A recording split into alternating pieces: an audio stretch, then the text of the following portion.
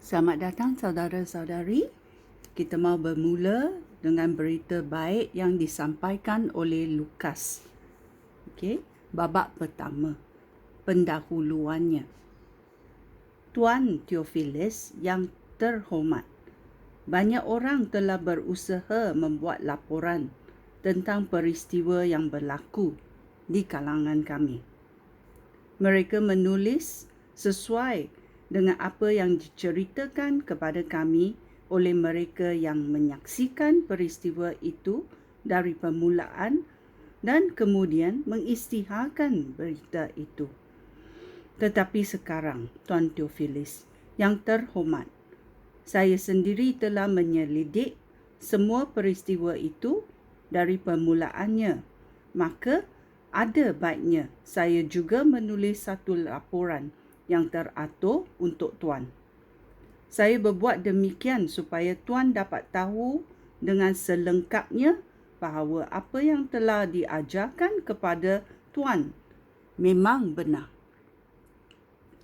Kelahiran Yohanes Pembaptis diumumkan. Ayat 5. Ketika Herodias menjadi raja negeri Yudea, ada seorang iman bernama Zakaria. Dia masuk golongan iman Abia. Isterinya bernama Elizabeth dan dia juga keturunan imam. Kehidupan suami isteri itu menyenangkan hati Allah. Mereka mentaati semua hukum dan perintah Tuhan. Mereka tidak mempunyai anak kerana Elizabeth mandul dan kedua-duanya sudah lanjut usia.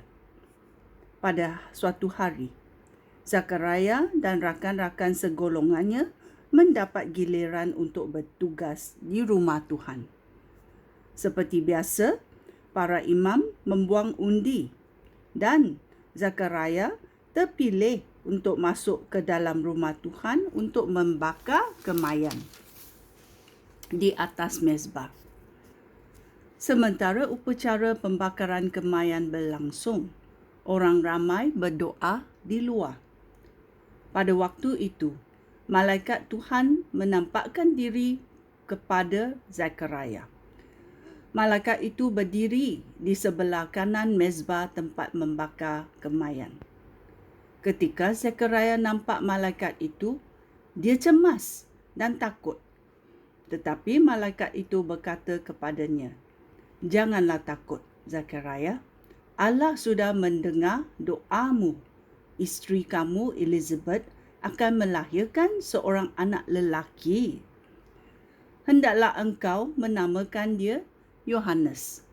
Engkau akan sangat bersukacita dan bergembira, dan banyak orang akan bersukacita apabila dia dilahirkan. Dia akan menjadi orang besar di sisi Tuhan. Dia tidak boleh minum wine atau minuman keras. Sejak di dalam rahim ibunya, dia akan dikuasai oleh Roh Allah. Dia akan memimpin banyak orang Israel kembali kepada Tuhan, Allah mereka. Dia akan menjadi utusan Tuhan yang kuat dan berkuasa seperti Elia. Dia akan mendamaikan bapa dan dengan anak, serta memimpin orang yang tidak taat kembali ke jalan fikiran yang benar. Dia juga akan mempersiapkan suatu umat untuk Tuhan." Zakaria berkata kepada malaikat itu, "Bagaimana aku boleh tahu bahawa perkara ini akan berlaku? Aku sudah tua dan isteri aku pun sudah tua." Malaikat itu menjawab, "Aku ini Gabriel yang sentiasa siap melakukan suruhan Allah. Dia sendiri mengutus aku kepadamu supaya menyampaikan berita baik ini. Apa yang aku katakan akan berlaku pada waktunya. Tetapi kerana engkau tidak percaya, engkau akan menjadi bisu sehingga apa yang aku katakan itu berlaku." Sementara itu, orang ramai sedang menanti Zakaria. Mereka hairan kerana dia begitu lama di dalam rumah Tuhan. Ketika Zakaria keluar, dia tidak dapat bercakap kepada mereka. Dia memberikan isyarat dengan tangan kerana dia bisu. Lalu orang di situ tahu bahawa Zakaria sudah nampak satu penglihatan di dalam rumah Tuhan. Setelah habis masa Zakaria bertugas di rumah Tuhan, dia pulang ke rumah. Tidak lama kemudian, Elizabeth, isterinya, mengandung dan dia tidak keluar dari rumah selama 5 bulan. Elizabeth berkata, "Akhirnya Tuhan menolong aku. Dia telah menghapuskan keabaikanku." Kelahiran Yesus diumumkan. Ayat 26. Setelah Elizabeth mengandung 6 bulan, Allah mengutus malaikat Gabriel ke Nazaret, sebuah kota di negeri Galilea.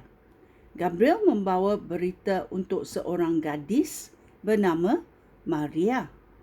Dia telah bertunang dengan seorang lelaki bernama Yusuf, keturunan Raja Daud. Malaikat itu datang kepada Maria dan berkata, "Salam sejahtera, hai engkau yang sangat diberkati oleh Tuhan.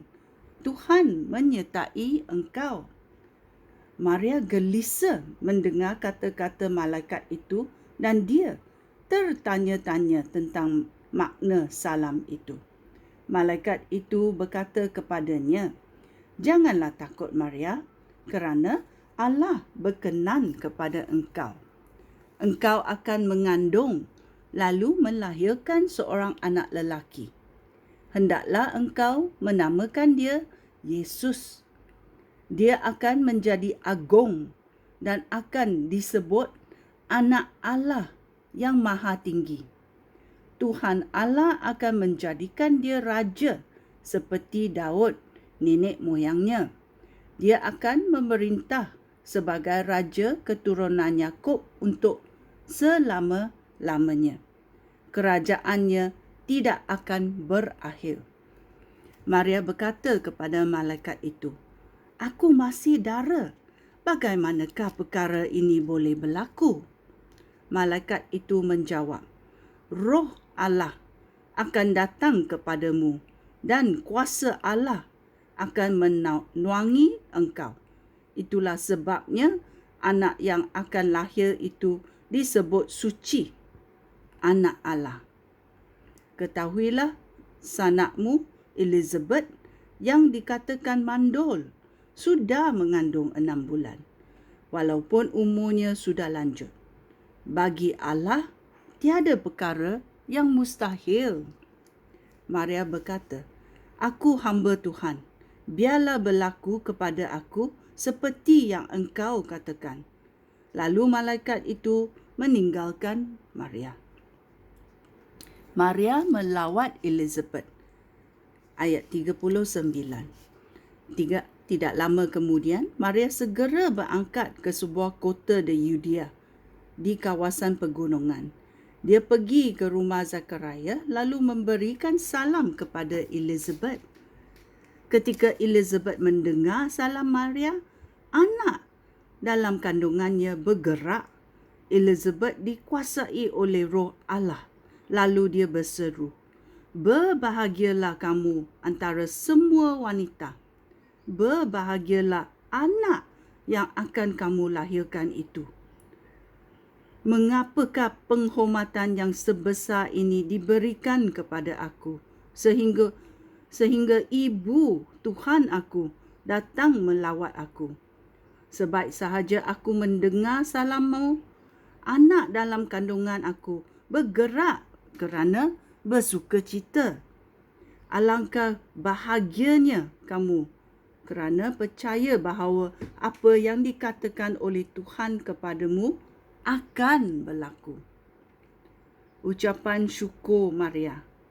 Maria berkata dalam ayat 46, "Hatiku menyanjung Tuhan, jiwaku bersukacita kerana Allah penyelamat aku. Dia ingat akan daku, hamba-Nya yang hina. Mulai sekarang semua orang akan mengatakan, aku berbahagia. Kerana Allah Maha Kuasa sudah melakukan yang besar untukku. Sucilah nama-Nya. Dia merahmati orang yang menghormatinya, keturunan demi keturunan. Dengan tangan-Nya yang berkuasa, Dia mencerai-beraikan mereka yang sombong dan mengacau rancangan mereka. Dia menurunkan raja dari takhta, lalu meninggikan orang hina. Dia memuaskan orang lapar dengan segala yang baik, tetapi orang kaya diusiknya sehingga pergi dengan berhampa tangan. Dia menepati janjinya kepada nenek moyang kita. Dia datang untuk menyelamatkan Israel, hamba-Nya. Dia tidak lupa merahmati Abraham dan keturunannya selama-lamanya. Maria tinggal dengan Elizabeth kira-kira 3 bulan lamanya, lalu pulang ke rumah. Kelahiran Yohanes Pembaptis, ayat 57. Apabila tiba masanya Elizabeth bersalin, dia melahirkan seorang anak lelaki. Semua jiran dan sanak saudaranya mendengar betapa baiknya Tuhan terhadap Elizabeth dan mereka ikut bersukacita dengan dia. Setelah bayi itu berumur 8 hari, mereka datang untuk menyunat dia. Mereka hendak menamakan bayi itu Zakaria menurut nama bapaknya. Tetapi ibunya berkata, jangan, dia harus dinamakan Yohanes. Mereka berkata kepadanya, tetapi tidak seorang pun antara sanak saudara kamu bernama begitu.